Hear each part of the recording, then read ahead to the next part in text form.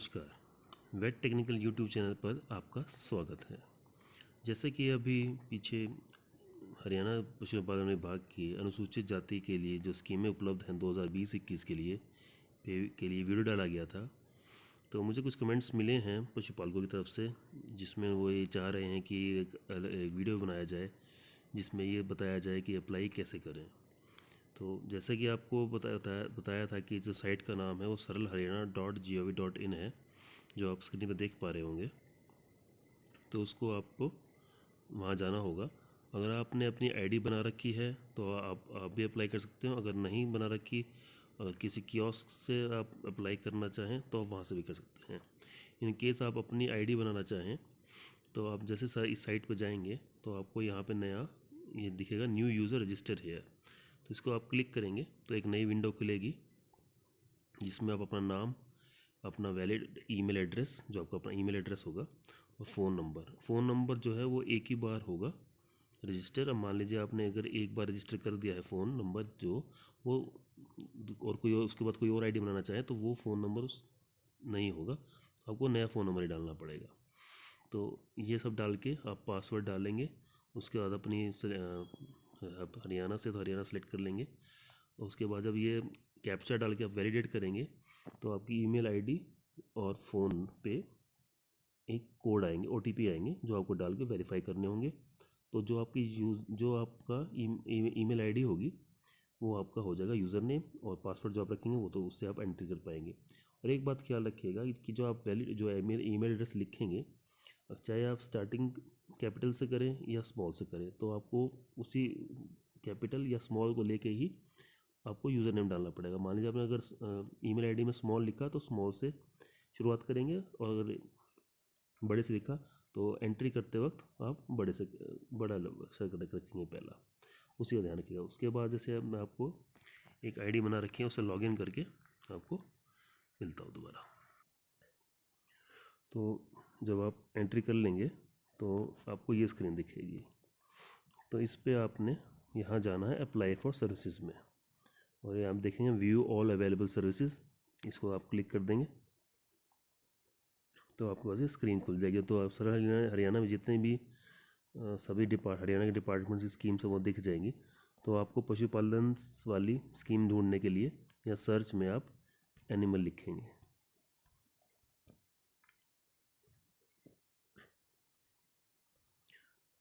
तो आपको ये स्कीमें दिख जाएंगी। तो आपने जो ये स्कीम है एप्लीकेशन फॉर एम्प्लॉयमेंट अपॉर्चुनिटीज़ और फॉर शेड्यूल कास्ट, आपने इस पर क्लिक करना है। तो जैसे अभी मुझे कई मैसेज आए थे कि जिसमें उनको ये लिख रहा था कि हाँ भाई ये स्कीम 19-20 के लिए थी, अब उपलब्ध नहीं है। तो आप इनमें ऊपर वाले किसी कर रहे होंगे तो अभी वो मैसेज आ रहा होगा। आपने जो ये आप फिर ध्यान से देख लीजिए, application for employment opportunities for schedule caste, आपने ये क्लिक करना है। तो जैसे आप ये क्लिक करेंगे तो ये फॉर्म खुल जाएगा। तो यहाँ पे आप अप्लाई कर सकते हैं। तो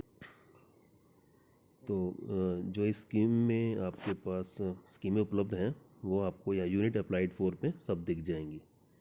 तो दो दुधारू पशु, 3 दुधारू पशु, पिग यूनिट, शीप यूनिट और गोट यूनिट। तो आपको ये जैसे फॉर्म होगा ये आप पूरा भरते जाएंगे, और जब अगले वे जाएंगी तो जो जो आपको इसके लिए ज़रूरी आवेदन के लिए कागजात होंगे वो कंप्यूटर बता देगा आपको। तो जैसे हम बात कर लेते हैं 2 दुधारू पशु के लिए, तो यहाँ पे आप फ़ोटो डाल देंगे।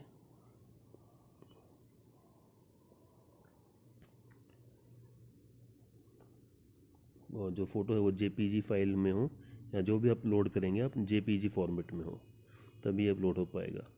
तो कुछ भी नाम भर लेते हैं एग्ज़ाम्पल के लिए।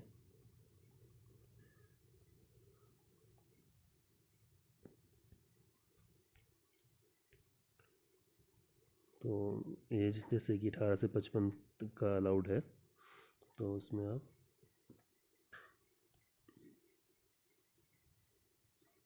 हमने एज भर ली। तो यहाँ पे आपका जो एड्रेस है वो भर देंगे, दोनों लाइनें ज़रूरी हैं भरनी। उसके बाद अपना आप ज़िला सेलेक्ट कर लेंगे। उसके बाद मोबाइल नंबर जिस पे आप मैसेज चाहेंगे वो आप डालेंगे, आप अपना मोबाइल नंबर। तो मान लीजिए आप किसी कियोस्क से भी भर रहे हैं तो यहाँ पे अपना आप मोबाइल नंबर डाल लेंगे 10 नंबर का। उसके बाद ईमेल ज़रूरी, अगर आप डालना चाहें ठीक है, नहीं ज़रूरी नहीं है। उसके बाद जो आपका ज़िले का ऑफिस है पूरे ज़िले का वो सिलेक्ट कर लेंगे। जैसे मान लीजिए रोहतक की बात कर लेते हैं, रोहतक में जो सब डिवीज़न होगी, रोहतक महम सांपला जो भी होगा, जो भी आपको लगता होगा आप उसको सिलेक्ट कर लेंगे। उसके बाद जो आपके गांव को लगता हुआ अस्पताल होगा, जिस अस्पताल के अंडर आपका गांव आता होगा वो आप सेलेक्ट कर लेंगे,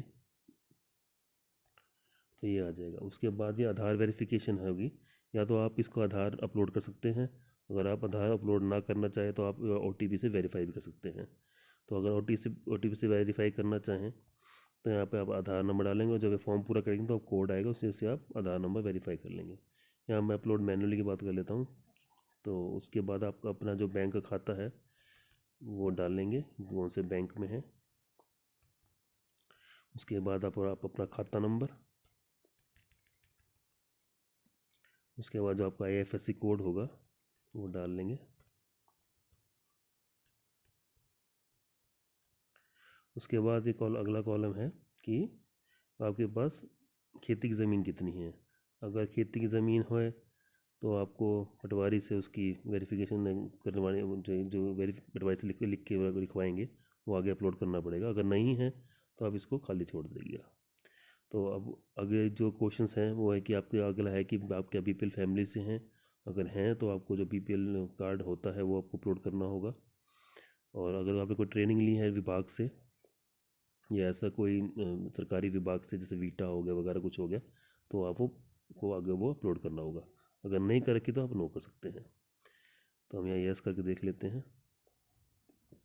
तो अब आपका जैसे दुधारू पशु का हम फॉर्म भर रहे हैं, तो दुधारू पशु में जैसे हम 85,000 का मान के चलें तो 1,70,000 होगा। 1,70,000 में से आप कितना लोन लेना चाहें तो आप वो यहाँ भर देंगे। मान लीजिए 1.5 लाख का मैं लोन लेना चाहूँगा। उसके बाद अगला होगा कि यहाँ भी आपके पास कंट्रीब्यूट अपनी तरफ से देने के लिए क्या है, कि क्या कुछ कैश है या लाइफ स्टॉक आपके पास पशु पहले से ही हैं, एनिमल शेड है कि नहीं, वो सब आपको यहाँ भरना होगा। तो मान लीजिए इसमें हम देते हैं कि 20,000 हम अपने खुद भरेंगे जेब से। लाइफ स्टॉक हमारे पास मान लीजिए एक है, हम एक और ख़रीदना चाहते हैं, एनिमल शेड है तो यस कर देंगे। इसके बाद देंगे कि आपने कोई अपनी जो कोऑपरेटिव सोसाइटी है उससे कोई लोन लिया हुआ हो, तो उसका कोई देनदारी हो आपकी, तो आपको यहाँ पे यस या नो भरना होगा। उसके बाद है कि आप जैसे गांव में कोई कोऑपरेटिव सोसाइटी उसका आप मेंबर हैं कि नहीं, तो ये सिर्फ डे यूनिट के लिए एप्लीकेबल है, बाकी के लिए पिगरी और गोट और शीप यूनिट के लिए नहीं है। तो आप यहाँ भर देंगे। और ये है कि आप जो भी पशुपालन विभाग की जो रूल्स है उससे अबाइड करें, उससे वो आप मानेंगे नहीं मानेंगे, तो आप ये आपको यस ही करना पड़ेगा। तो ये आप आगे ये अपना ये भर दे रहे हैं कि आप हरियाणा से हैं और जो शेड्यूल कास्ट हैं, ये सब चीज़ें हैं, अनएम्प्लॉयड है, ये एक आपका डिक्लेरेशन है, वो आप ये करेंगे, आप एग्री कर देंगे। उसके बाद आप ये जो कोड दिया हुआ है ये भर के इसके बाद आपको डॉक्यूमेंट्स अपलोड करने होंगे। अब सबमिट दबा देंगे। सबमिट दबाने के बाद जो आप तक आपने जो भरा है उसको आप चेक कर सकते हैं। उसके बाद आपको यहाँ अटैच एनेक्शन में जाके आपको जो जो डॉक्यूमेंट्स होंगे वो अपलोड करने होंगे। जैसे अब हम 2 डेयरी के लिए बात कर रहे हैं, 2 डेयरी यूनिट की, 2 दुधारू पशु की डेयरी यूनिट की बात कर रहे हैं, तो इसमें जो आपको वो डॉक्यूमेंट्स अपलोड करने होंगे वो आपको स्क्रीन पर दिख जाएंगे। जैसे हम दुधारू पशु के लिए बात कर रहे हैं तो यहाँ आपको जो आपको खाते का कैंसल चेक होगा पूरा कैंसिल करके उसको लिख के वो अपलोड करना पड़ेगा। और ये सारा जो है JPEG फॉर्मेट में अपलोड होगा।